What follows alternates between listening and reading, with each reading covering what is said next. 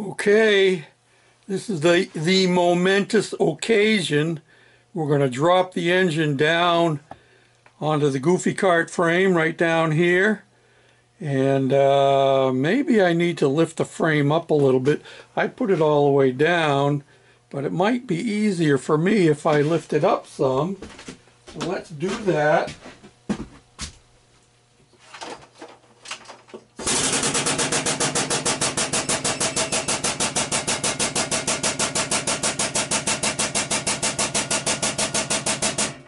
We'll try it there and see how that works. And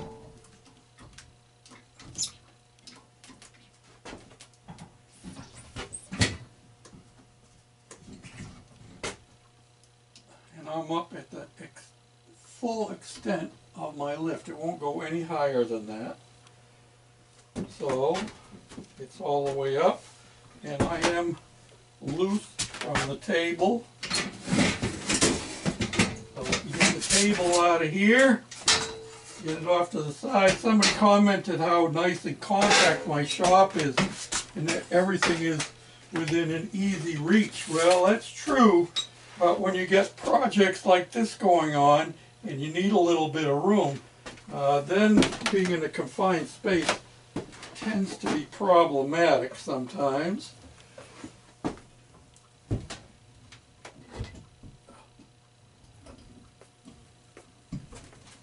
And I'm going to spread my legs out a little bit more.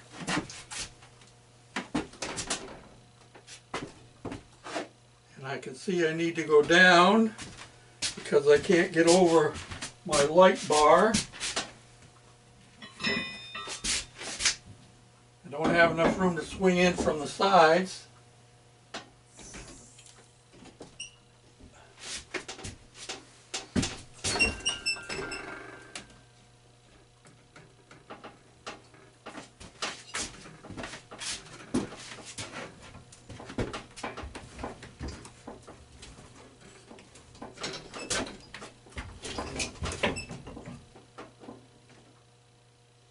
And I'm hitting against my winch.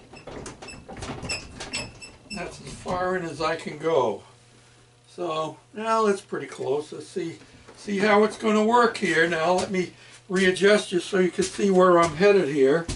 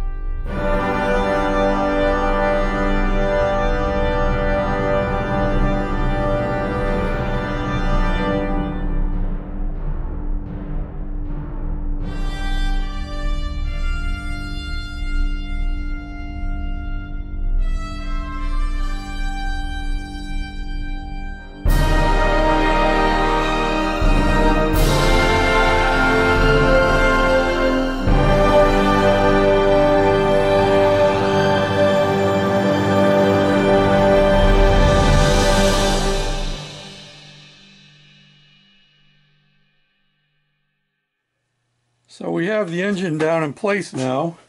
Okay, so which one of you was yelling at me and telling me, "Hey George, you got the motor turned around backwards"? Yeah, I did. I was wondering why this thing wouldn't line up properly. It has these little nubbies on here, and they hook into these little tabs on the front of the motor here, and then you bolt them in. And this wire here, I already have a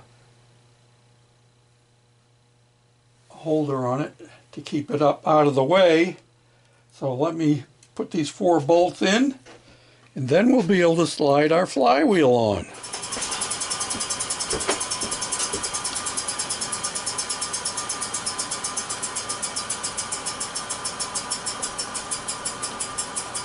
Like that. I want to line up my keyway. Doesn't help when you get all kinds of stuff in the way, does it? This washer that goes on next is cone shaped. It's pressure washer.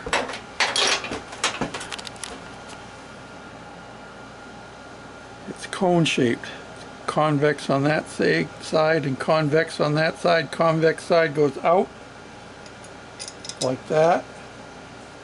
And we're putting on a big nut. This is not the factory one. Got the same thread and it's grade 8.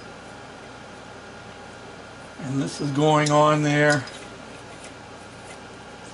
to accommodate our big chrome nut we're going to put on it.